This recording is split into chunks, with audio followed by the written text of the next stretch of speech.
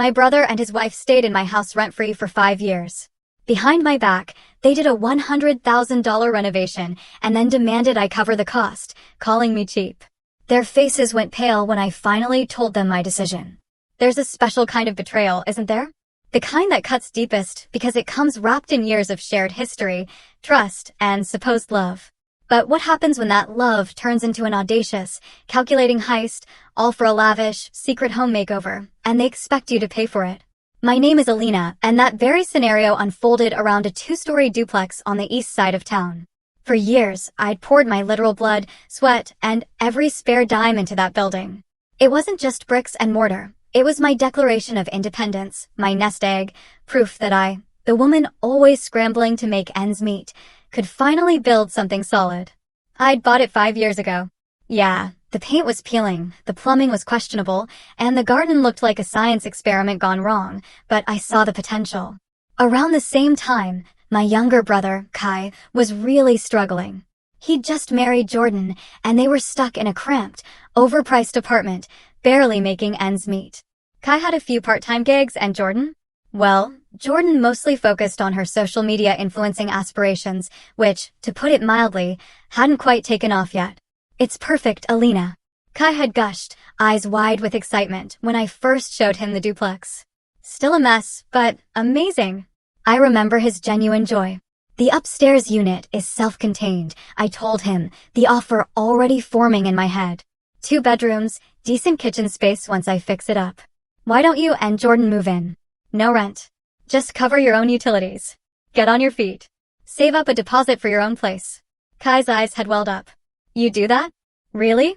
Jordan, standing beside him, managed a tight smile and a very polite, "That's very generous, Alina."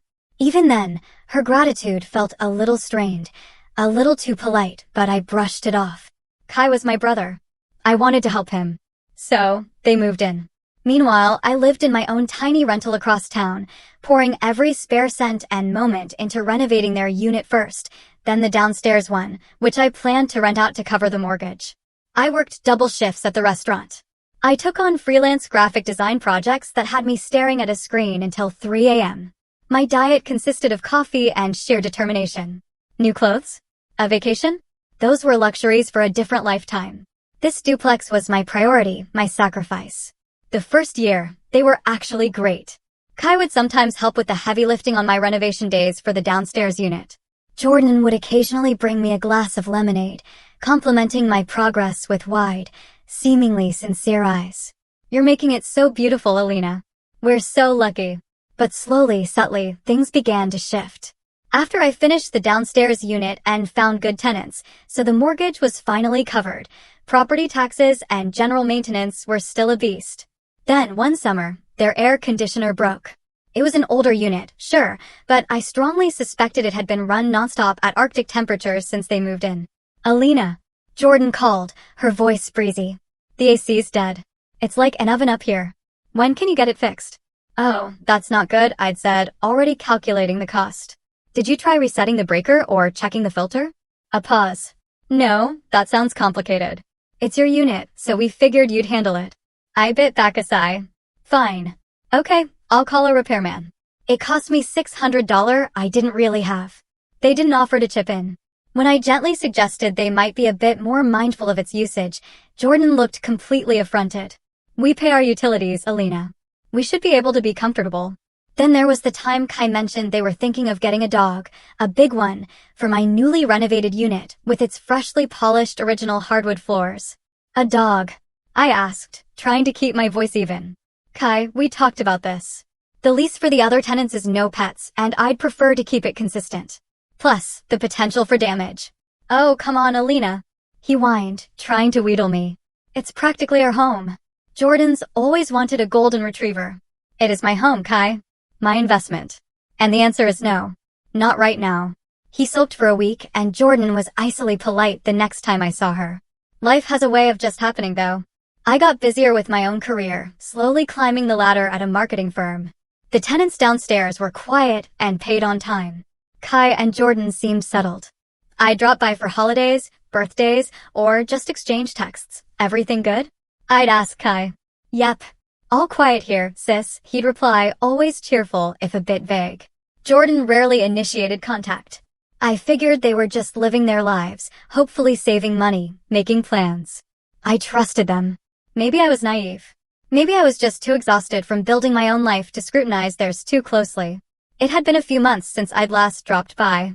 With a rare Saturday off, I figured, why not? I grabbed a coffee and headed over, a little niggle of something I couldn't quite name sitting in my stomach. That niggle only grew as I pulled up to the duplex. From the outside, everything looked the same. My sensible, slightly faded blue paint job, the neat, if uninspired, flower beds I'd planted along the walkway. I walked up the steps to their unit and noticed the front door was ajar, just a crack. That was unusual. Kai was usually so particular about locking up. I could hear noises from inside, a rhythmic thumping and a low hum, like some kind of industrial fan. Not sounds I associated with my brother's usual weekend routine of video games and napping. "Kai? Jordan," I called out, pushing the door open a little further. The sight that greeted me stopped me dead in my tracks. My coffee cup slipped from my fingers, splashing lukewarm liquid down my jeans and onto the floor. The entire front living area was different. Walls had been moved. Where my cozy, slightly worn but perfectly functional kitchen once stood, there was now an open-plan monstrosity.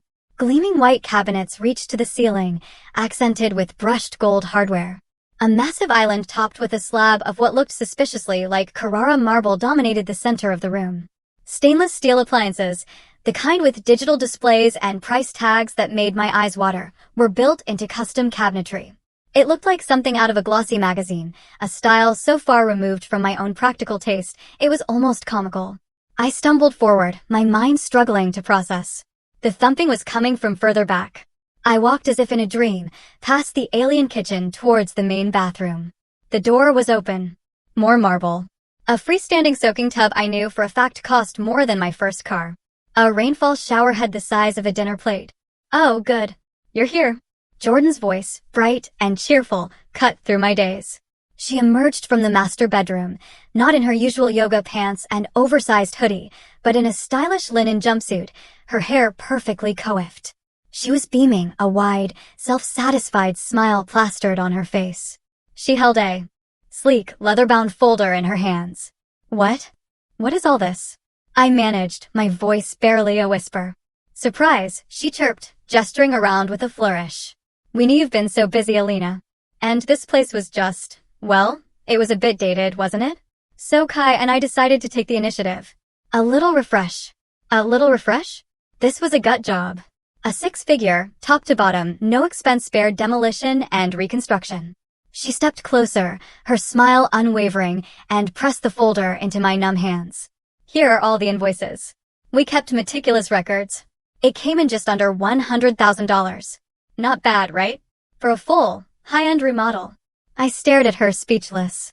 $100,000. She said it like she was announcing the score of a particularly good round of golf. "You can afford it, Alina," she continued, her tone now slightly patronizing, as if explaining something to a slow child. "And it's your house anyway. It needed an update. Think of the equity." Kai chose that moment to shuffle in from the hallway, looking sheepish but also expectant. He wouldn't quite meet my eye. "Jordan," I finally found my voice, which came out hoarse and raw. "What have you done?" "We've improved your investment, Alina," she said, puffing up slightly. "You should be thanking us." "Thanking you," I repeated, the words catching in my throat. The shock was starting to wear off, replaced by a wave of icy fury that began in my toes and rose, chilling me to the bone. "You spent nearly $100,000 on unauthorized renovations in my house, and you expect me to thank you and pay for it?" Kai finally spoke, his voice defensive. "Well, yeah, it's your property. It benefits you in the long run. Don't be so stingy, Alina. We did all the hard work of managing the contractors and picking everything out." Stingy. He called me stingy. After 5 years of rent-free living, after I'd sacrificed and saved to give them a leg up. The audacity was a physical blow. I could feel the blood draining from my face, then rushing back with a heat that made my ears burn. I looked from Kai's evasive face to Jordan's smug, confident one. I wanted to scream. I wanted to rage. I wanted to throw that ridiculously expensive marble-topped island through the brand-new picture window. Instead, a strange calm descended. A very cold, very clear calm. I closed my mouth, took a slow breath, and looked down at the folder in my hands. I didn't open it. I see, I said, my voice devoid of any emotion I was actually feeling. I need to process this. Jordan, seeing my stunned silence, added with a condescending smile, we even picked out finishes we knew you'd love, eventually. Consider it our gift to your portfolio. My blood ran cold. This wasn't a misunderstanding. This was a calculated move.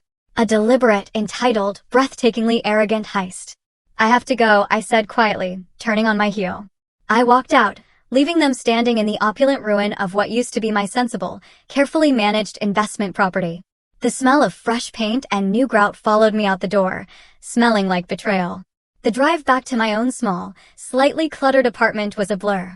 The cold calm I'd managed to project in front of Kai and Jordan shattered the moment I closed my front door behind me. I sank onto my sofa, the leather folder still clutched in my hand, and the numbness gave way to a tremor that started in my hands and spread through my whole body. Betrayal. It was a raw, physical ache in my chest. I replayed the scene over and over, Jordan's beaming face, Kai's mumbled accusation of me being stingy, the sheer unadulterated gall of it. They hadn't just crossed a line, they bulldozed it, paved it over with marble, and sent me the bill. How could they think this was okay? How could Kai, my own brother, stand by and let this happen, even participate? The hurt was a sharp, jagged thing. 5 years I'd given them a home, a chance to build their future, and this was how they repaid me. Then a different thought began to surface through the pain. This wasn't impulsive. That level of renovation, the contractors, the specific high-end choices, it had to have been planned meticulously. I remembered an offhand comment Jordan had made months ago during a rare family dinner. We're just bursting at the seams in that little kitchen. She'd sighed dramatically, swirling her wine. It's impossible to entertain properly. At the time, I dismissed it as typical Jordan hyperbole. Now it felt like a breadcrumb. I grabbed my laptop. Jordan was obsessed with her online image, but her public social media was all carefully curated lifestyle shots. Nothing that would reveal a major renovation in a home that wasn't technically hers to renovate. Then I remembered Kai mentioning, with a roll of his eyes, Jordan's endless vision boards and digital scrapbooks. She used one of those cloud storage services, the one with the cutesy animal logo. It was a long shot, a desperate, ethically murky stab in the dark. I knew their wedding anniversary. I knew the name of the fluffy white cat, Snowball, that Jordan doted on and that I'd expressly forbidden in the unit, a rule clearly ignored. I tried a few combinations. Anniversary date plus Snowball. Snowball plus anniversary. Then Snowball followed by their wedding year. Bingo. I was in. My heart hammered against my ribs. A folder list appeared. Most were innocuous. Vacation ideas, recipe collection, influencer collabs, dreaming, and then there it was, our dream home project. My breath hitched. I clicked it open. It was all there. Subfolders meticulously organized, kitchen inspiration, bathroom finishes, contractor quotes. There were invoices, dozens of them, already paid from an account I didn't recognize, probably joint savings they'd been siphoning into this instead of, say, a down payment on their own place. There were architectural drawings, detailed plans for my duplex unit, transforming it into their palace. And then the final, damning piece of evidence, an email draft in a subfolder titled Comms. It was addressed to one of the main contractors, dated 6 months prior. It was from Jordan regarding payment. It read, "We will be managing the initial deposits. The final balance will be settled by the property owner, my sister-in-law Lena, once the project is complete and she is presented with the full scope of the value-adding upgrade. She's very supportive of us making the space our own." Supportive. Value-adding upgrade. My hands were shaking so hard I could barely control the mouse. They hadn't just overstepped. They hadn't just been thoughtless or entitled. They had actively, deliberately, and with months of premeditation conspired to defraud me. They'd planned to spring this on me, counting on my shock, my desire to avoid family conflict, or perhaps my supposed wealth, to bully me into paying for their fantasy. The hurt didn't disappear, but it was now overlaid with something else. A cold, hard fury. A steely resolve that settled deep in my bones. They wanted to play me for a fool. They thought I'd just roll over. I picked up my phone, my fingers surprisingly steady as I dialed. "Amara," I said when my best friend answered, "you are not going to believe what just happened." I laid it all out, the surprise visit, the marble monstrosity, the folder of bills, Kai's accusation. Amara listened, punctuated by gasps and horrified silences. No freaking way, she breathed when I finished. Alina, that's grand larceny with a side of delusion. Tell me about it, I said, the cold anger making my voice flat. And I found their plans, Amara, online. They've been plotting this for at least 6 months. Okay, deep breaths, Amara said, her voice instantly shifting into practical, supportive mode. First, you are not paying a single cent. Not one. Second, you need a lawyer like yesterday. I know, I said. The thought had already begun to form. I know a guy, Amara said. Stephen Norris. He's a shark, but he's fair. Specializes in property and contract disputes. He'll eat them for breakfast. Staring at their secret plans, the betrayal was a fresh stab. They hadn't just overstepped. They'd conspired. My desire for simple repayment morphed into something colder, more calculated.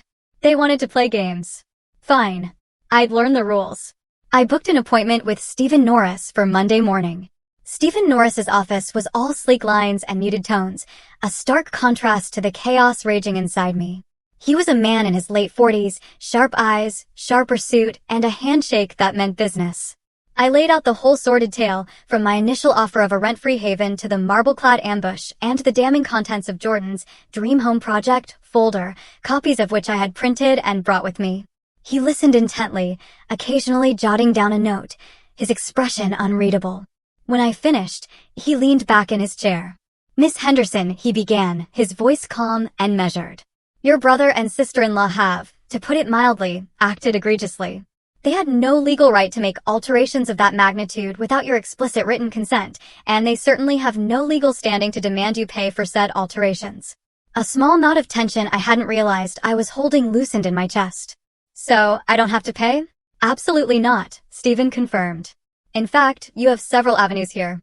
You could sue them for the cost of restoring the property to its original condition if that's what you wished. You could evict them for breach of your verbal tenancy agreement. Their unauthorized renovations constitute a significant breach. He paused. Or you could explore other resolutions. The idea of simply evicting them and suing for damages was tempting, a quick, clean cut. But then I thought of Jordan's smug face. Kai's accusation. It wasn't just about the money anymore. It was about the audacity, the sheer unmitigated entitlement. What kind of other resolutions? I asked. Stephen's lips curved into a slight, almost imperceptible smile. Well, they've significantly, if illegally, increased the value of your asset. We could certainly leverage that. I left his office an hour later, a plan beginning to take shape. A cold, satisfying counteroffensive. He'd given me clarity, and more importantly, a sense of control I hadn't felt since I'd walked into that renovated nightmare. Meanwhile, back in their marble palace, Kai and Jordan were clearly growing impatient. A few days after my visit, Jordan's text started. Hey Alina, just wondering about that reno payment. The contractor for the countertops is asking about the final installment. Let me know when you can transfer. Smiling face with smiling eyes, the smiley face was particularly galling. I ignored it. 2 days later, another one, Alina, seriously, we need to get these bills paid. It's starting to get awkward. Can you at least give us a timeline? I continued to ignore them. Let them sweat. Let them wonder. Then photos started appearing on my cousin Sarah's social media feed. Caption, housewarming kind of at Kai and Jordan's gorgeous new place.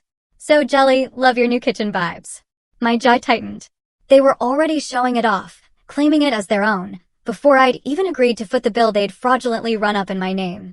The nerve was boundless. Then came the call I'd been dreading but also expecting, my mother, Nancy. Alina, darling, she began, her voice laced with that familiar tone of gentle persuasion she used when she wanted me to smooth over family ripples. Kai called. He's very upset. He said there's been a misunderstanding about some work they did on the house. A misunderstanding, Mom? I kept my voice carefully neutral. They gutted my property and expect me to pay $100,000 for renovations I never approved. That's not a misunderstanding. That's a demand. Oh, Alina, don't be so dramatic, she sighed. He said Jordan got a bit carried away, but their intentions were good. It does look lovely from what he described. Can't you just sort this out? It's family. Perhaps pay half or work out a payment plan with them for peace's sake. I could hear Kai's one-sided, woe is me version of events echoing in her words. He'd conveniently left out the premeditated planning, the secret folders, the sheer scale of the deception.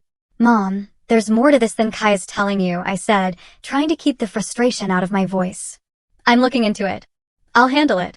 Well, I hope so, dear. Family is too important to let silly things like money come between you. Silly things like money. Like $100,000 of my money they'd spent without my permission. I hung up, feeling a fresh wave of anger, not just at Kai and Jordan, but at the way my family always seemed to expect me to be the accommodating one, the one to absorb the costs, emotional or financial. The next day, another text from Jordan. This one took the cake. Hey, so we were thinking since the main bath turned out so well, we should probably do the guest bathroom to match. Keep the flow, you know.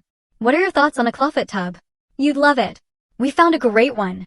Only a few grand. Let me know if you want the link. Zoxo. The sheer, unadulterated, gold-plated nerve of it almost made me laugh. Almost. They were already planning phase 2 of their hostile takeover of my finances and my property. They truly believed they were going to get away with it.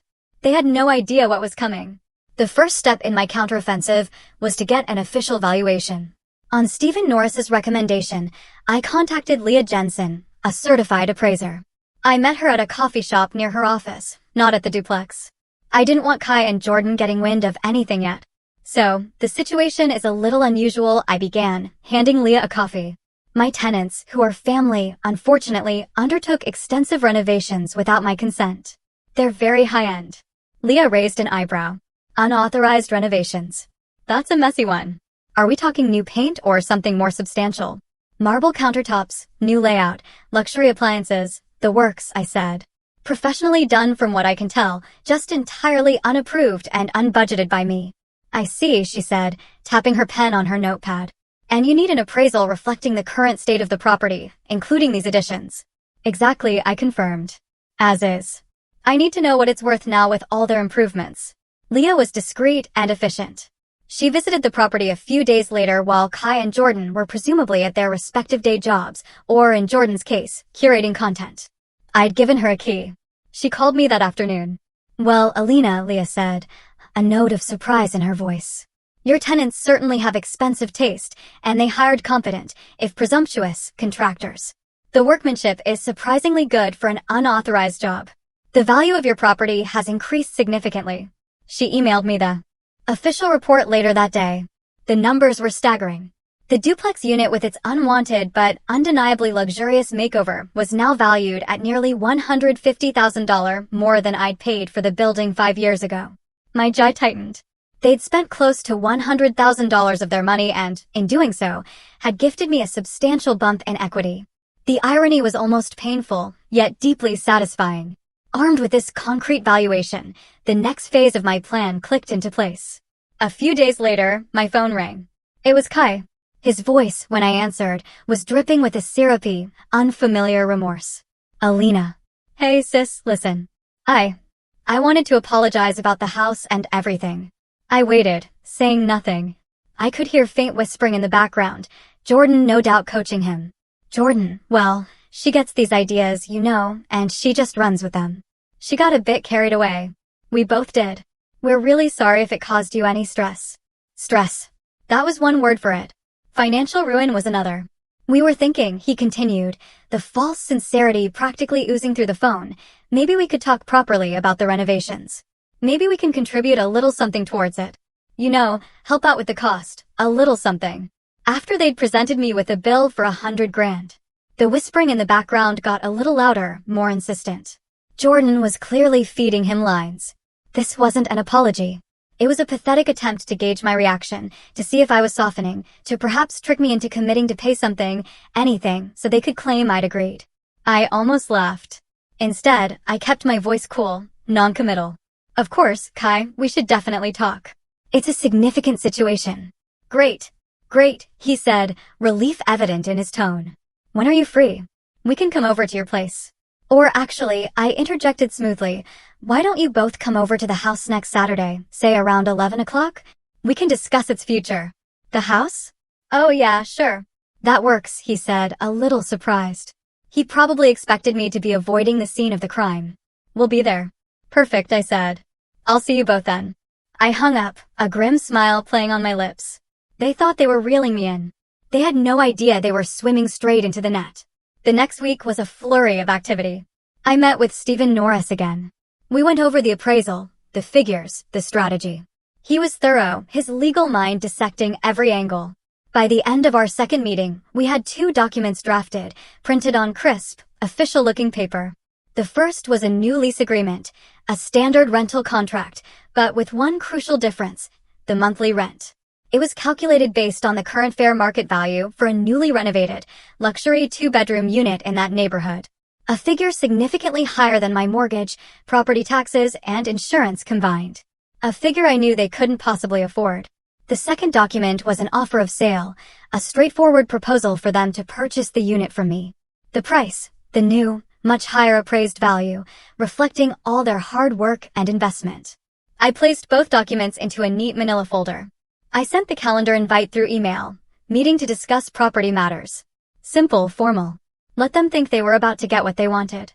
Let them walk in confident and smug, ready for me to finally cave. The anticipation was a tight coil in my stomach, but it wasn't anxiety. It was the thrill of the hunt. Saturday morning dawned bright and clear, a perfect backdrop for the storm I was about to unleash. I arrived at the duplex a good hour before Kai and Jordan were due, the manila folder heavy in my tote bag. I let myself into their unit, my unit, using the key I still had. The air still smelled faintly of new paint and expensive wood. I walked through the transformed space, my footsteps echoing on the light oak floors. The marble countertops gleamed under the recessed lighting.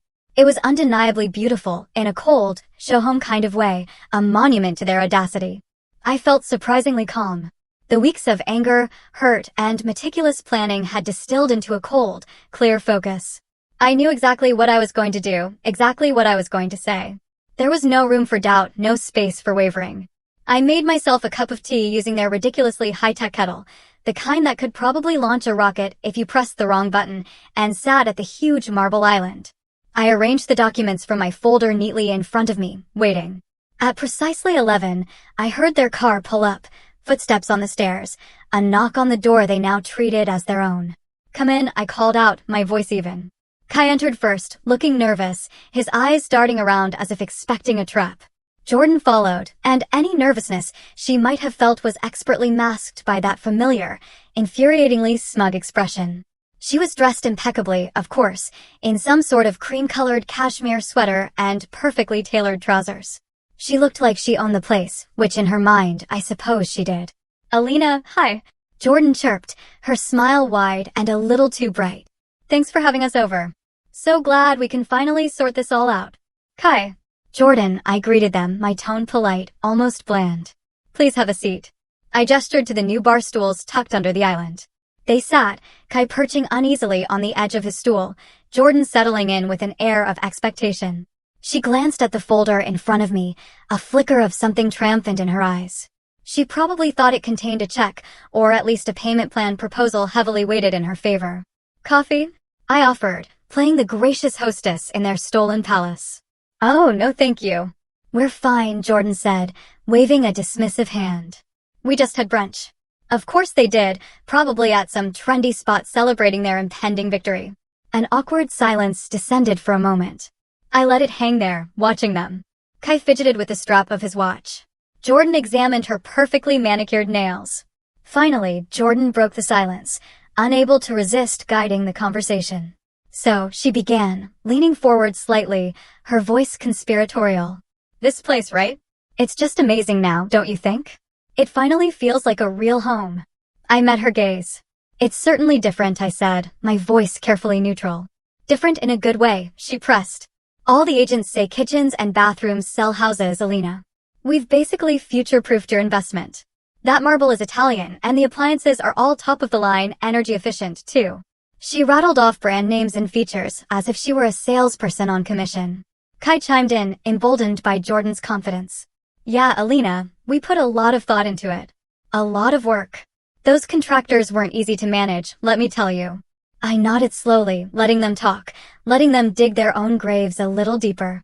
I even managed a small, non-committal hum of agreement when Jordan pointed out a particularly hideous and undoubtedly expensive light fixture they'd chosen for the dining area. "Yes," I said when they finally paused for breath. "You've certainly put a lot of work into making it unique." The anticipation in the room was thick enough to spread on toast. They were practically vibrating with it, waiting for me to acknowledge their brilliance, their foresight, and most importantly, to open my checkbook. Jordan's smug smile was fixed in place. Kai looked like a kid waiting for a promised treat. I let a small, almost imperceptible smile play on my lips. Well, I began, placing my hand on the manila folder, my fingers brushing against the crisp edges of the documents within. I paused, drawing out the moment, savoring the shift in the air as their expectant smiles wavered slightly, replaced by a flicker of uncertainty. I've given this a lot of thought, I continued, my voice calm and steady. A great deal of thought. And I've made some decisions regarding the house and your substantial contributions to its value. I looked them both directly in the eye. First Kai, then Jordan, holding their gaze for a beat longer than comfortable. The air in the ridiculously opulent kitchen crackled. First, I said, my voice even and cold, sliding a glossy, professionally bound document across the marble island towards them. I want to thank you. Your unauthorized, yet extensive, renovations have significantly increased the market value of my property. I tapped the cover of the document. This is the official appraisal report conducted last week. I watched their faces. Kai frowned, looking confused. Jordan's smug smile widened a fraction, a predatory gleam in her eyes. She clearly thought this was the prelude to me capitulating, perhaps even offering them a bonus for their vision. She reached for the report. So, I continued, my voice dropping a notch, losing any hint of warmth it might have feigned earlier. I slid a second document across the island, this one a standard legal form. Effective the 1st of next month, your rent will be adjusted to reflect the current luxury market rate for such a beautifully renovated home. I paused, letting the words sink in. That will be $3,500 per month. Their smiles vanished instantly. Utterly. Jordan's jaw quite literally dropped. Her perfectly lipsticked mouth hung open in a silent "oh" of disbelief. Kai went pale, his eyes widening as he stared at the new lease agreement I'd just presented. Before either of them could recover enough to speak, I pressed on, my voice like ice. Or, of course, I added, sliding a third document, the purchase offer, towards them. You have another option. You can purchase the property from me. I gave them a thin, humorless smile. Given your substantial investment and clear emotional attachment to the place, it only seems fair to offer it to you first. I tapped the purchase offer. The price, based on the new appraisal, which reflects all your wonderful upgrades, is $475,000. Silence. A thick, stunned, suffocating silence filled the room. The only sound was the faint hum of the brand new, top-of-the-line refrigerator. Then, chaos erupted. What? Jordan finally shrieked, her voice cracking. She shot to her feet, knocking her bar stool slightly askew. You can't do that. $3,500 a month? Are you insane? It's the current market rate, Jordan, I replied calmly, though my heart was hammering. For a unit of this quality, in this location, with these finishes. Your finishes, I might add. But we did all the work. Kai stammered, his face a mask of bewildered outrage. We paid for it. You can't just charge us rent on our own improvements. Actually, Kai, you made improvements to my property. I corrected him, my voice still level. Improvements I never asked for, never approved, and certainly never agreed to pay for. You presented me with a bill for nearly $100,000. I'm merely adjusting the terms of your tenancy to reflect the new reality you've created. This is outrageous. It's unfair. Jordan was practically screaming now, her face flushed an ugly red that clashed horribly with her cashmere sweater. We're family. You're supposed to help us, not extort us. Extort you? I raised an eyebrow. I believe you were the ones who presented me with an unexpected six-figure bill after conducting major renovations without my permission. I'm offering you, pay the fair market rent for the luxury apartment you've designed for yourselves, or buy it at its fair market value. A value, I remind you, that you yourselves established with your contributions. Kai was shaking his head, looking utterly defeated. We don't have that kind of money, Alina. You know that. We can't afford that rent. We can't afford to buy it. His voice was a desperate whisper. Then perhaps you should have considered that before you decided to play real estate developer with my assets, I said, my patience wearing thin. The cold fury was back, bubbling just beneath the surface of my calm demeanor. Jordan screeched, "You're evil, Alina. This is our home." Her eyes blazed with a mixture of fury and panic. I met her furious gaze, unflinching. "No, Jordan. This is my house, which you treated like your personal ATM and showroom. You made your choices when you forged ahead with this ridiculous, unauthorized renovation. You made your choices when you expected me to just gratefully pay for your lavish tastes. Now you have new ones to make. I stood up, collecting my copy of the documents. You have 30 days to either sign the new lease agreement or accept the purchase offer. If neither of those options works for you, you have 30 days to vacate the premises. I walked towards the door, leaving them standing there amidst the splendor they had so arrogantly created. Their faces a mixture of shock, disbelief, and dawning horror. The silence that followed my ultimatum was more satisfying than any shouting match could ever have been. The 30 days that followed my ultimatum were a maelstrom. My phone blew up with panicked calls from Kai, his voice alternating between pleading and accusing. Alina, you can't be serious. We'll be homeless. How could you do this to your own brother? Jordan, after her initial outburst, resorted to a barrage of texts. They started demanding, "You will regret this, Alina. We have rights," then shifted to bargaining. Okay, what if we pay you back for the reno over time, like a tiny bit each month, and you keep the rent the same, and finally devolved into desperate, tearful pleas. Please, Alina, we made a mistake. A huge mistake. Don't do this to us. We'll do anything. They tried to rally the family, of course. My mother, Nancy, called again, her voice tight with distress. Alina, Philip and I are very concerned. Kai is beside himself. Jordan is a wreck. Can't you find it in your heart to compromise? They're offering to pay you back eventually. This time, I was prepared. Mom, I said calmly. Did Kai tell you they'd been planning this for over 6 months? Did he show you the dream home project folder? Jordan kept detailing how they were going to present me with the bill for their upgrade. Silence on the other end of the line. I'm emailing you copies, Mom, you and Dad, so you can see the full picture. I sent them the evidence. The invoices, the email drafts, the whole sordid plan. When Mom called back later, her tone was subdued. Oh, Alina, I had no idea it was so calculated. She still tried a week, but they're young. They make mistakes, but the conviction was gone. Even she couldn't defend this level of premeditated deceit. Philip, true to form, said little, but I could tell he was shocked. Kai and Jordan scrambled. They couldn't afford the new rent. Not even close. And getting a mortgage for nearly $500,000, especially when they were already carrying the secret debt from the contractors they'd hired for my house, was an impossibility. Their frantic attempts to find a financial loophole, a sympathetic lender, or a rich relative to bail them out all failed. On the 29th day, a moving truck pulled up to the duplex. I didn't go over. I didn't need to. My lawyer had already informed theirs that I expected the property to be left in pristine condition, as per the terms of their original, albeit verbal and now thoroughly violated, agreement. They complied, probably on legal advice, or perhaps holding on to a sliver of hope that a demonstration of good behavior might make me relent at the 11th hour. I didn't. Amara helped me do the final walkthrough after they'd gone. The place was immaculate, spotless. Every marble surface gleamed, every high-end appliance shone. It was also eerily empty, stripped of all their personal belongings, all traces of their occupancy.